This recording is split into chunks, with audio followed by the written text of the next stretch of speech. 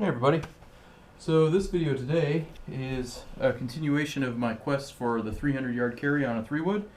Some of the comments in there were talking about if I got newer equipment, I might be able to get the extra 5 to 7 yards that I need to get the 300 yards. So the club I was hitting in the original video was an RBZ Stage 2 14.5 degree. And it's got an Oban Kiyoshi white shaft in it, and what I wound up doing is buying a used M1 in 15 degree with a Project X hazardous black shaft, 6.5, and it's a 62 gram versus a 65 gram. Well, this is more like 68 grams, I think, in the Oban. And so the video today was going to be to hit both of them, kind of show whether or not newer is better or whether newer is just different look with same old stuff. So without further ado, let's hit a couple shots, and I'm just going to hit them off the ground and kind of go from there. So far, what I played with the M1 a little bit, and so far what it seems like is hitting it a little high and off the toe from center seems to give you the lowest spin with the highest carry. So that's what I'm going to shoot for. And just to also, I've got it set up, I'm setting it up so that it's like an M2, where it has got the weights on the opposite ends of each other. So they both play at 43 inches, so let's just give it a go. We're going to try and hit it down the white line. We'll see how well I actually do. First swing.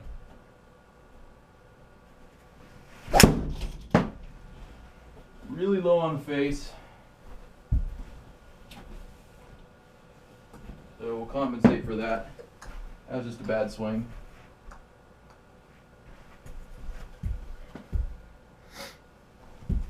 We'll take 2 warm-ups with this, and then we'll hit our shots.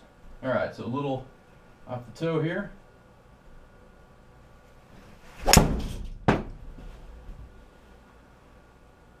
Not bad. It's not going anywhere though. So that is 266. So considering in my last video in that quest for 300 we were at 290. Got a long ways to go, but it was a beautiful shot. One more here.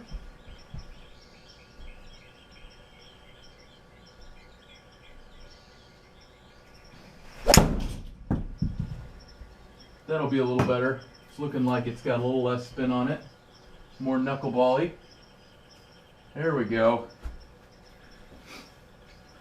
Much better. 290 carry.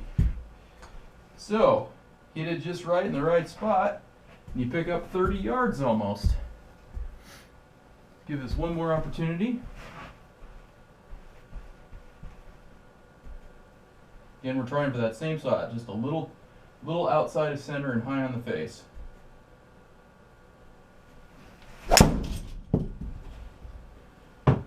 And you can tell there I hit that a little low on the face. That was a little outside of center, but low on the face. And the result is a lot of spin. So far I'm finding with this club it's more susceptible to high spin shots if you don't hit it quite right. It's almost like it wants you to almost like just take like a teeny tiny divot right before you hit it, and that would ensure that it takes higher on the face. So see, if I come down on the club at a little steeper angle, let's do that here.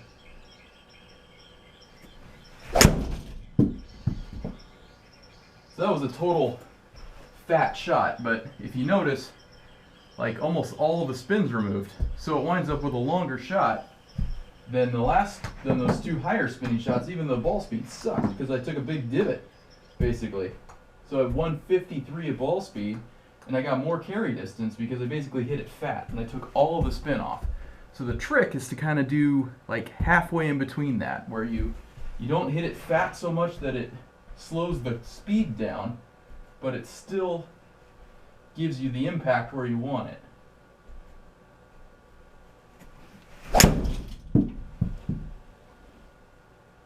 little too much draw, but that could be good.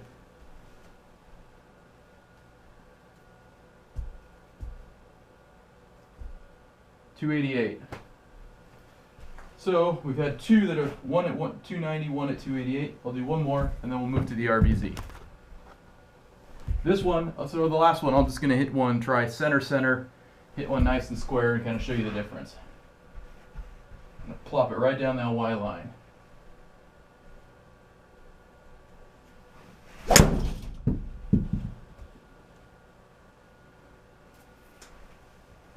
Almost.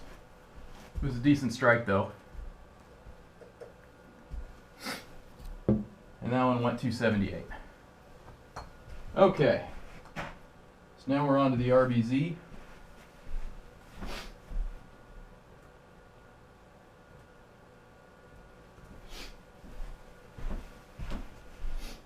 And I'm recovering from being sick, so I'm still not 100%, and my ball speeds have been down all day today.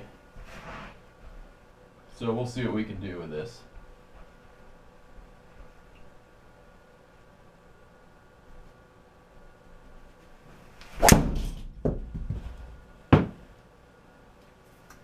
Club feels a little different, so you got to get used to that.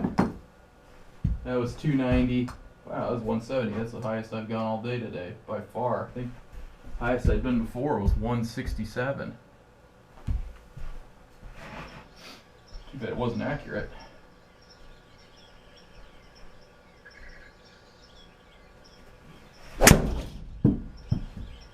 Oh. All right. See if we can get some accuracy going here. That was 281. Both of them were out of the fairway. So, long ways into the crap. All right. Go for some accuracy.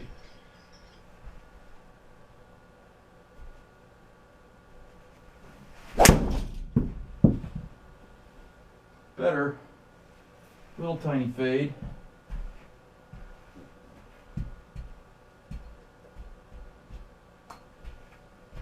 $284.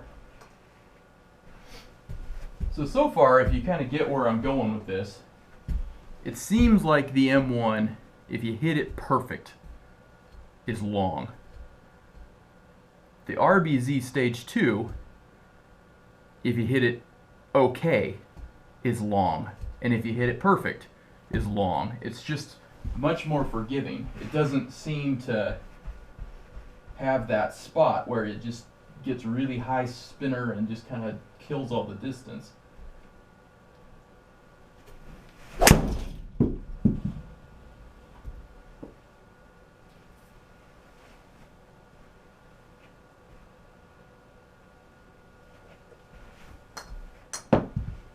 Another 287.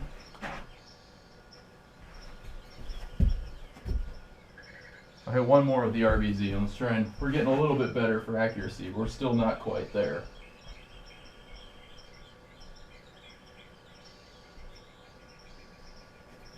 Oh, that one slipped out of my hands.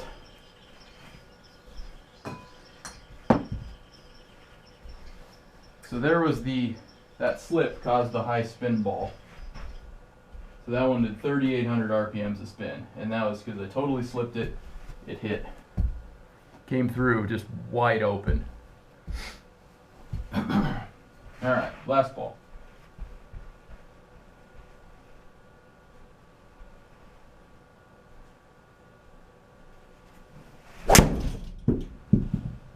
Jeez, I just cannot turn this thing over today.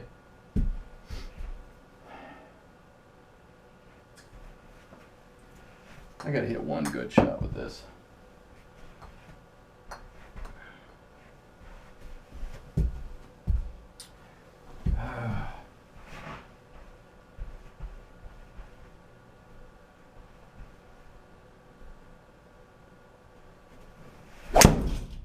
That's not good, I don't know what is. Still a cut, still fading, but I'll take it. Alright, so I think you kind of see where I'm going with this. So if we look at So the M1 is up on the top, the RBZ is down on the bottom. You can kind of see, so if we're looking at spin, and I'll try and get my head out of the way here, you know, 2400, 21, 22, 2000, then you had that big spinner at 38, and then another big cut at 28 and 31.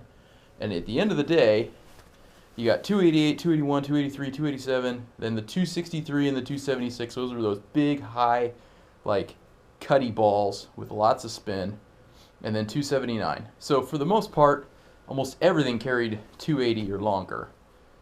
Then you go up to the M1, and you get some where you get, you know, 1700 and 2300, 1800. So you get some that are like really low, but then you get 4000. You get some that are even bigger. So if I scroll, let's get up to the top here so you can see all the M1 stuff. You know, 4200, 3600, 4000. So the net result is if you don't hit it quite perfect, you get a real big spinny ball and it just doesn't go anywhere. And so that's why when you look at the distances, 240, 260, then 289, 258, 274, then 287. So you occasionally I catch it and it's just long. But for the most part, the RBZ just kicks its butt. And you know, I don't know whether it's that the M1 is just not as forgiving as the RBZ, or that I am simply better with the RBZ because I have a lot more time under my belt with it, or it's just set up better for me. It would be interesting to see what the M2 would do, and the reason why I didn't pick the M2 over the M1 was because I don't like that the M2 has glued hosels. I find it really nice having a shaft that you can swap in and out of club heads, and it makes it easy to be able to play around with shafts and find out if it's the shaft that's better, the head that's better, or whatnot. So that's the reason why I got the M1. So end of the day, I think the RBZ is the winner, at least for me. It might not be for everybody, but that's my conclusion. Thank you for watching. Bye.